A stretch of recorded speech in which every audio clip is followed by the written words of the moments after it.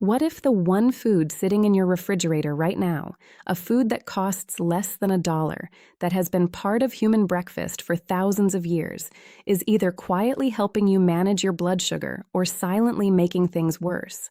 And here's the part that will surprise you. It's not about whether you eat eggs. It's about a very specific set of decisions you make around them. Decisions so small, so easy to overlook, that most people with diabetes never think twice about them. But those tiny decisions, they can mean the difference between a fasting blood sugar of 165 in the morning and a fasting blood sugar of 130 every single day. I'm Dr. Arthur Clark, and I have spent years working at the intersection of nutrition science, aging, and metabolic health, specifically for adults over 50 who are managing diabetes and trying to live with real energy, real clarity, and real control over their numbers. Today, I want to have an honest, straight-talking conversation with you about eggs. Not the version filled with old myths and outdated fears. The version backed by current science, and more importantly, backed by real outcomes I have seen in real people. And I want to warn you right now, stay with me until the end, because I'm going to share a concept around egg timing that almost no one talks about. It has to do with your body's natural morning hormone cycle. And when you understand it, the way you approach breakfast will never be the same again. Before we dive in, I'd love to know, where are you watching from today? Share your city or country in the comments. I read everyone, and it truly helps me connect with this community. Now, let's get started. Let's start at the very beginning, because I find that most confusion about eggs and diabetes comes from one giant misunderstanding about how the diabetic body actually works. Here is the truth that often gets skipped over. When you have type 2 diabetes, your body's first problem isn't necessarily that it can't produce enough insulin. In fact, many people with type 2 diabetes produce a normal amount or even more than normal. The deeper problem is that the cells in your muscles, your liver, and your fat tissue have become resistant to insulin signal. Your body is shouting the message, but the cells have turned down the volume. They've gone partially deaf. Now, why does this matter for eggs?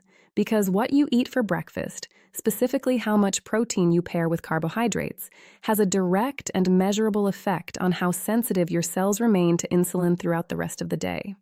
Here is what the research is consistently showing us. Eating high-quality protein in the morning helps reduce what scientists call the postprandial glucose spike.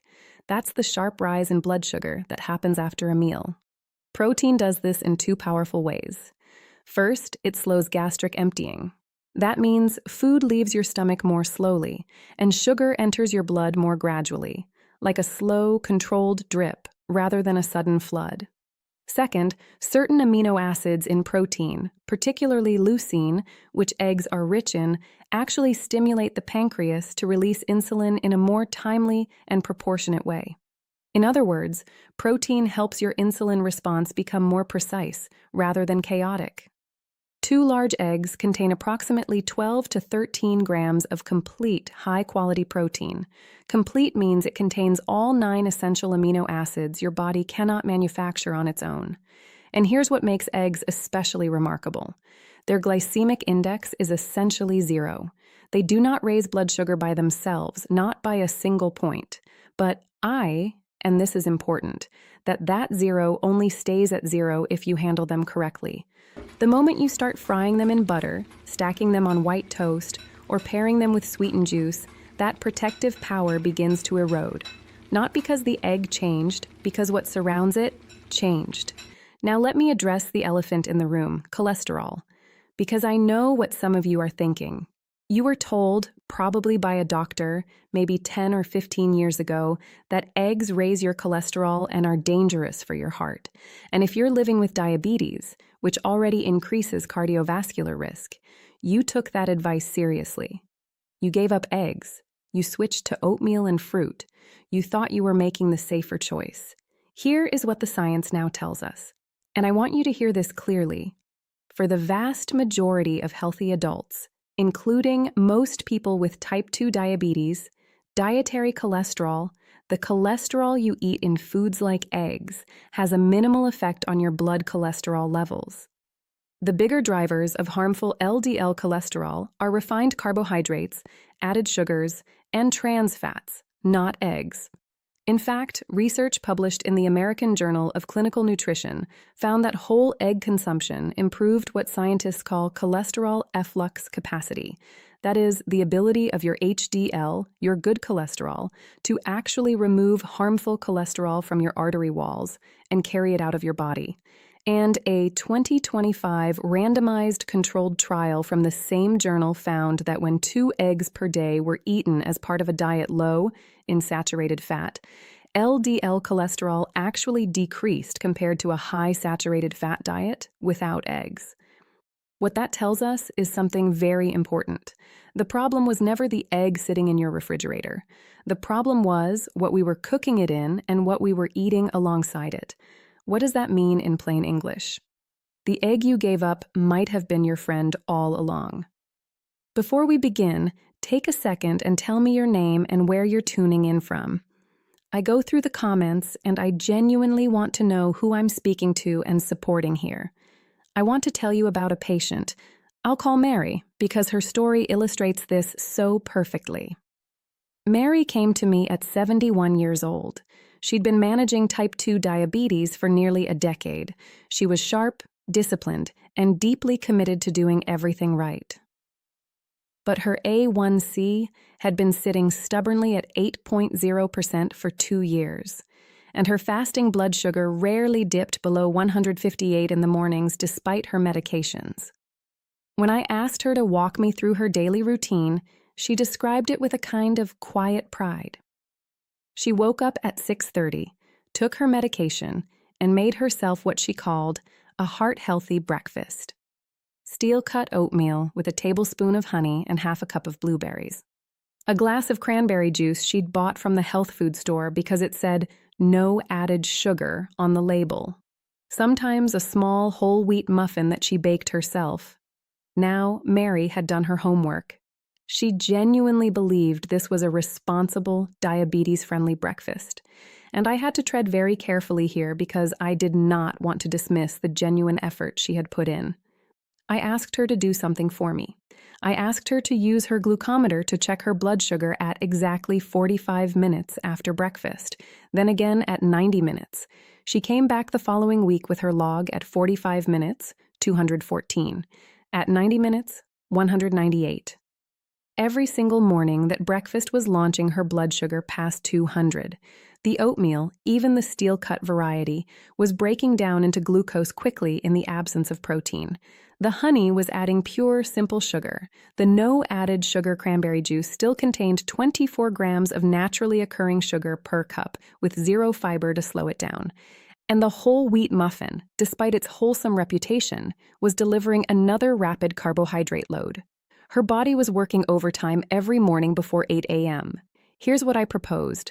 No dramatic overhaul, no long food list, just one foundational shift. Replace the oatmeal and juice breakfast with 2 eggs cooked without oil, which I'll explain in a moment, paired with half an avocado and a generous handful of sautéed spinach or sliced tomatoes. That was it. Same medications, same walks, same everything else. 3 weeks later, Mary came back in. She pulled out her glucometer log without me even asking. Her 45-minute post-meal reading was now averaging 138.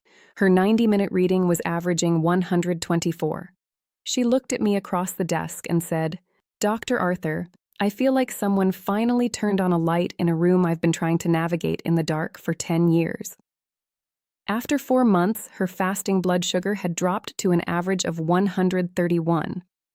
Her A1C came down to 7.3%.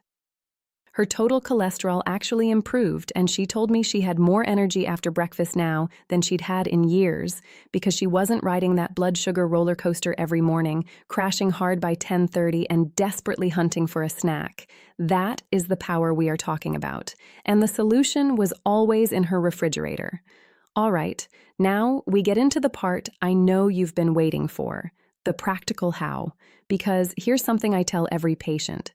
Knowing that eggs are beneficial is step 1, but how you prepare and pair them determines whether you actually experience that benefit.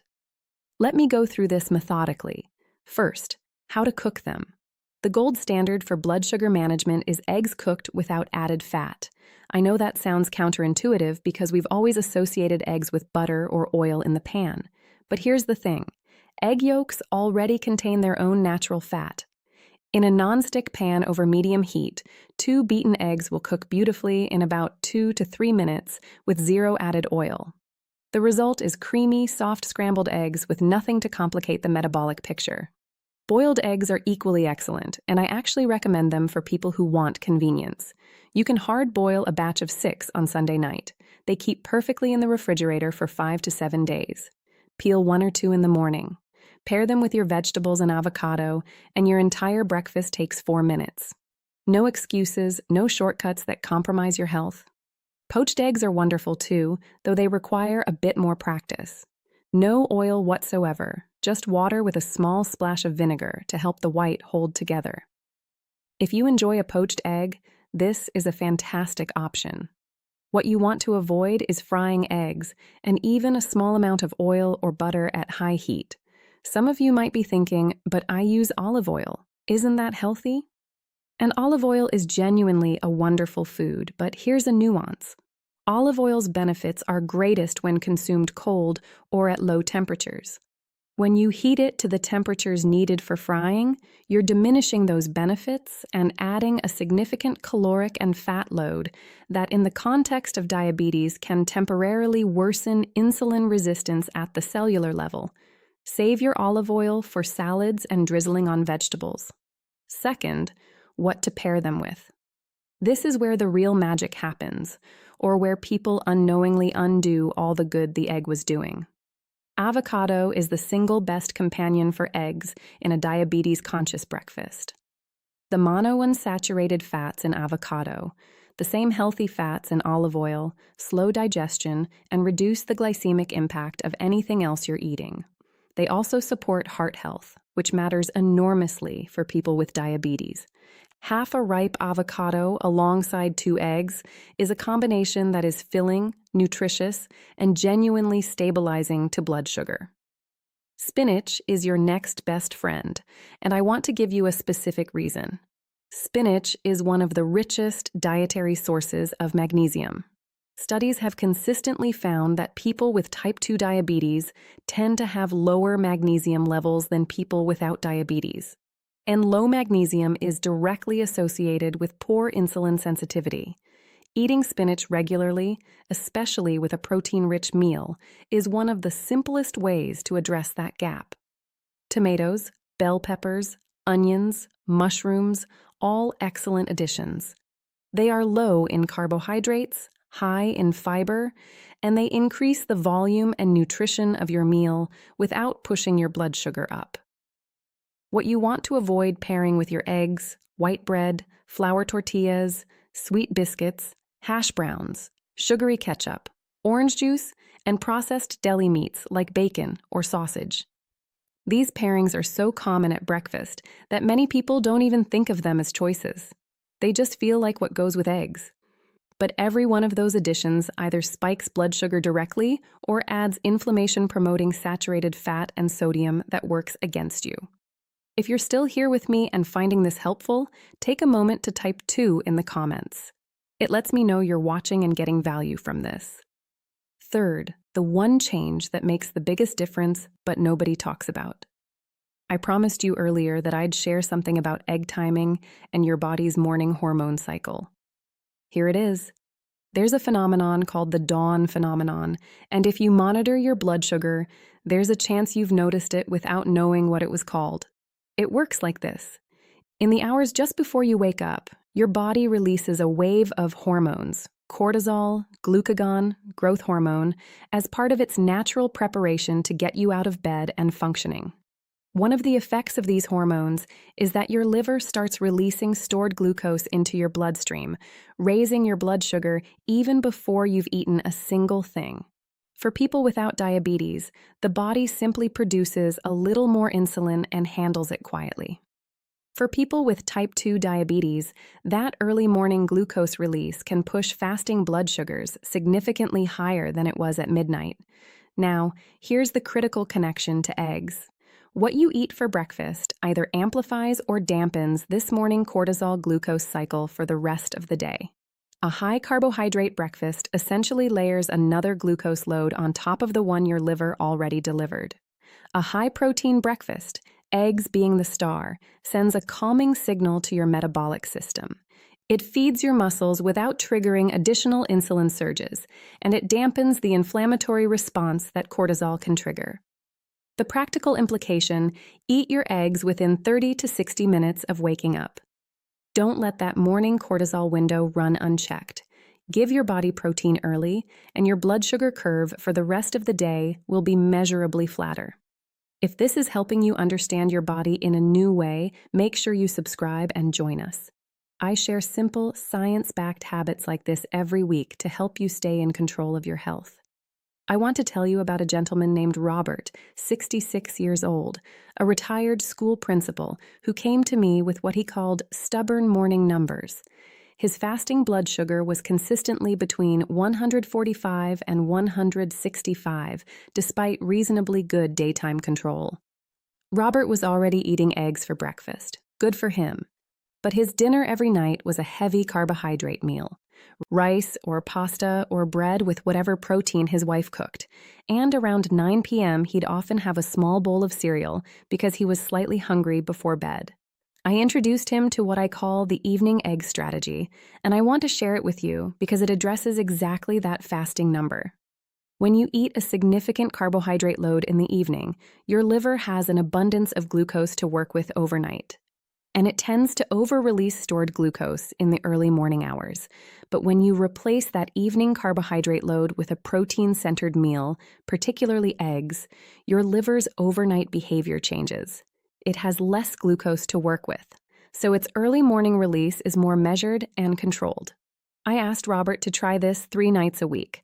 Replace his usual evening carbohydrate-heavy meal with a 2Y egg omelet packed with vegetables, spinach, peppers, mushrooms, whatever he had, accompanied by a small green salad with olive oil and vinegar.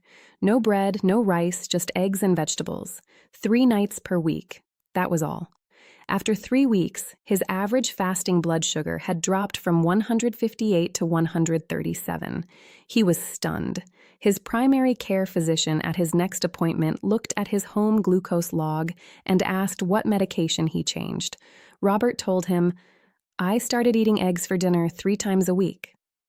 The doctor actually laughed, not unkindly, but with genuine surprise, because we are simply not taught to think of food as having that kind of targeted, measurable impact. But it does.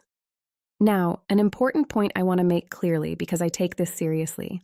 If you are on insulin therapy, a significant change like adding high-protein meals in the evening can affect how your insulin works overnight.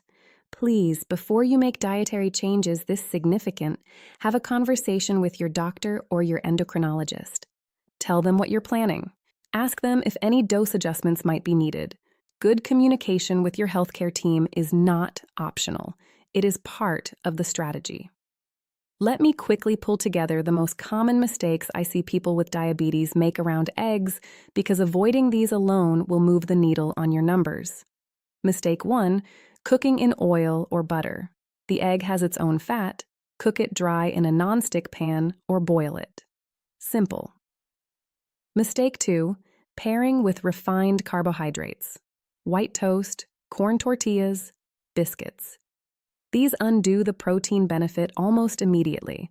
If you want something alongside your eggs, choose half a slice of true dense whole grain bread with visible seeds eaten after the eggs, not before. Mistake 3, drinking juice alongside. Even fresh, squeezed 100% natural orange juice delivers a significant glucose hit with no fiber. Eat the whole fruit if you want the vitamin C. Don't drink the juice. Mistake 4, throwing away the yolk. The yolk contains choline for liver health, vitamin D for insulin sensitivity, lutein and zeaxanthin for eye protection, and B vitamins for nerve function. People with diabetes need every single one of those nutrients. Eat the whole egg. And if you've made it this far and you're getting value from this, type the number 4 in the comments. It's a simple way to let me know you're here and following along. Mistake 5. Eating eggs too late in the morning. Remember the dawn phenomenon. Get protein into your system within 30 to 60 minutes of waking to dampen that early cortisol glucose surge. Here is your simple, ready-to-use plan starting tomorrow morning. Wake up. Within 30 to 60 minutes, prepare 2 eggs, scrambled without oil or hard-boiled from the batch you made the night before. Pair them with half an avocado and a generous portion of any non-starchy vegetable, spinach, tomatoes, peppers, or mushrooms. Drink water or unsweetened herbal tea. Eat the eggs and vegetables first. If you need a small piece of whole grain bread, eat it last. That is it. Nothing exotic, nothing expensive. Nothing that requires a special trip to a health food store. If you want a mid-morning snack, a single hard-boiled egg with a small handful of walnuts or almonds is your most blood sugar stable option. It will hold you through to lunch without a crash. I want to close with something Mary said to me at her 6-month follow-up appointment. I asked her how she felt about the change she'd made. Not just the numbers, but how she felt waking up in the morning. She thought about it for a moment and said, "For the first time in years, I'm not afraid of my breakfast. I used to dread checking my blood sugar after I ate because I always knew it was going to be high, and I never understood why when I was trying so hard. Now I check it, and I feel proud. Not of the food, of the fact that I finally have the right information." That sentence stayed with me because that's what this is really about. It's not about eggs. It's about giving you back a sense of agency over your own health. It's about replacing fear with knowledge and replacing frustration with a strategy that actually works. Your body is not your enemy. It has been doing its best with the signals it's been given. When you give it better signals and the right protein at the right time paired with the right foods, it responds, sometimes faster than you'd ever expect. Start tomorrow morning. 2 eggs cooked without oil, half an avocado, a generous pile of vegetables. Eat within an hour of waking up. Then come back here next week and tell me in the comments what your numbers looked like. If this video gave you something real today, a new angle, a new idea, one thing you didn't know before, please give it a like. It takes 1 second and it tells me that this kind of content is worth making more of. And share it.